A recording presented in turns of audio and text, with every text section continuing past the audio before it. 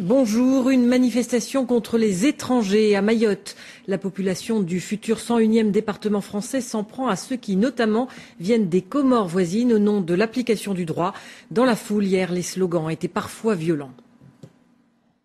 Banderole plus qu'explicite, drapeau tricolore, mais aussi t-shirt à l'effigie de Zenam Déré. Le message est clair pour beaucoup.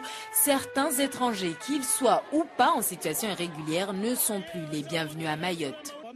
Je n'ai pas envie d'être soi-disant dirigé par un quelconque frère. Lorsque je me battais pour l'avenir de Mayotte, je n'ai vu aucun Comorien à mes côtés. Près de 1200 personnes ont défilé dans les rues de Mamoudzou. Anonymes mais aussi personnalités politiques sont venus se greffer au cortège qui n'a cessé de s'amplifier entre la Pointe Mahabou et la préfecture. Les professeurs et les infirmiers qui prétendent aimer les étrangers. Ouais, voilà. Si vraiment ils aimaient les étrangers, ils prennent les primes qu'ils ont, qu'ils affrètent corsaires, ils les mettent dans un avion et puis ils les ramènent dans leur France d'origine. Parce que la France ne se limite pas qu'à Mayotte.